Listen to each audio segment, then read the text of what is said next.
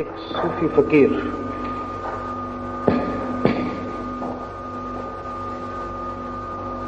एक रात सोया। सोते समय बंदी कर देना समझता हूँ उस फकीर के मन में एक प्रार्थना थी।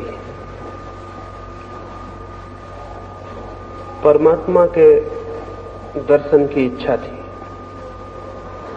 रात उसने एक सपना देखा। सपने में देखा कि वो परमात्मा के नगर में पहुंच गया है। बहुत भीड़ भाड़ है रास्तों पर, कोई बहुत बड़ा उत्सव मनाया जा रहा है। उसने पूछा किसी से तो ज्ञात हुआ परमात्मा का जन्मदिन है।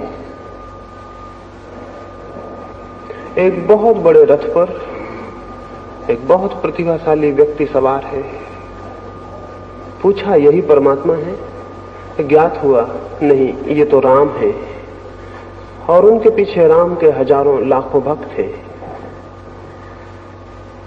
फिर और पीछे घोड़े पर सवार कोई बहुत महिमाशाली व्यक्ति है। पूछा ये परमात्मा है?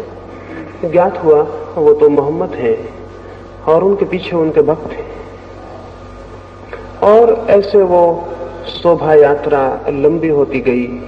क्राइस्ट निकले और महावीर और बुद्ध और जरथुस्त्र, और धीरे धीरे शोभा यात्रा समाप्त हो गई।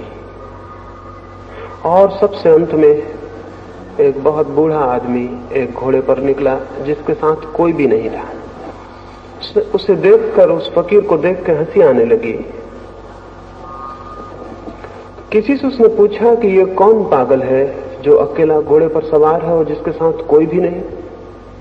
तो ज्ञात हुआ वो परमात्मा है। उसे बहुत हैरानी हुई और उसने पूछा कि राम के साथ बहुत लोग हैं, क्राइस्ट के साथ बहुत लोग हैं, बुद्ध और महावीर के साथ बहुत लोग हैं, मोहम्मद के साथ बहुत लोग हैं, लेकिन परमात्मा के साथ कोई क्यों नहीं? तो ज्ञात हुआ सारे लोग मोहम्मद, महावीर और राम में बट गए हैं। परमात्मा के लिए कोई बचा नहीं। उसकी घबराहट में नींद खुल गई। उसने कभी सोचा भी नहीं था। वो बहुत घबराया, लेकिन ये स्वप्न में इसलिए आपसे कह रहा हूं ताकि मैं ये आपसे कह सकूं कि वस्तुतः ऐसी ही स्थिति सारी दुनिया में घट गई है। हिंदू हैं, मुसलमान हैं, ईसाई हैं, जैन हैं, लेकिन धार्मिक कोई भी नहीं है। धार्मिक होना बहुत अलग बात है हिंदू होने से, मुसलमान होने से। इसके पहले कि मैं धर्म और शिक्षा के संबंध में आपसे कुछ कहूं, ये कह देना जरूरी है कि धर्म से मेरा अर्थ हिंदू, मुसलमान और जैन से नहीं है, ईसाई और पारसी से नहीं है। जब तक कोई मनुष्य हिंदू है या मुसलमान है, तब तक धार्मिक होना असंभव है।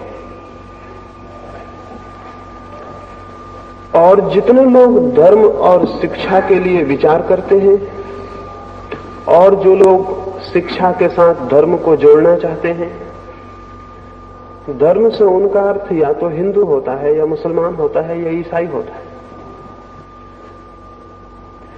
ऐसी धार्मिक शिक्षा धर्म तो नहीं लाएगी, मनुष्य को और अधिक अधार्मिक बनाती है।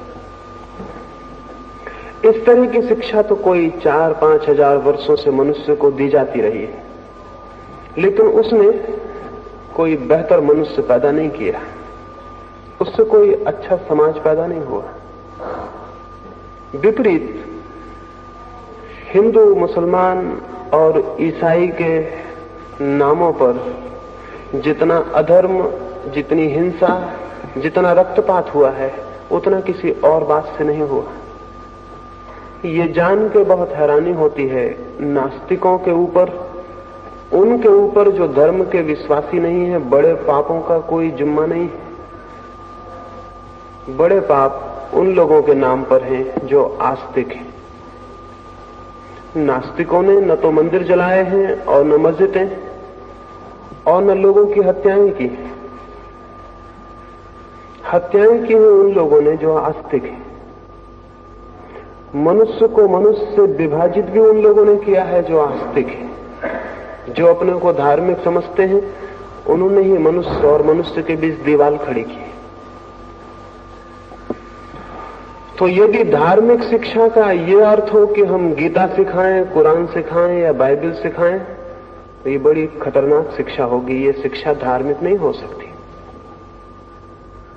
क्योंकि ये बातें जिन लोगों को सिखाई गई हैं वे लोग कोई अच्छे मनुष्य सिद्ध नहीं हुए।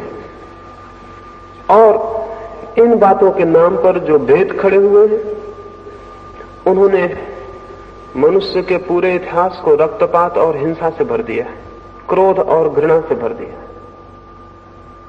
तो सबसे पहली बात तो मैं ये कहना चाहता हूं कि धर्म की शिक्षा से मेरा प्रयोजन किसी संप्रदाय, उसकी धारणाओं, उसके सिद्धांतों की शिक्षा से नहीं है।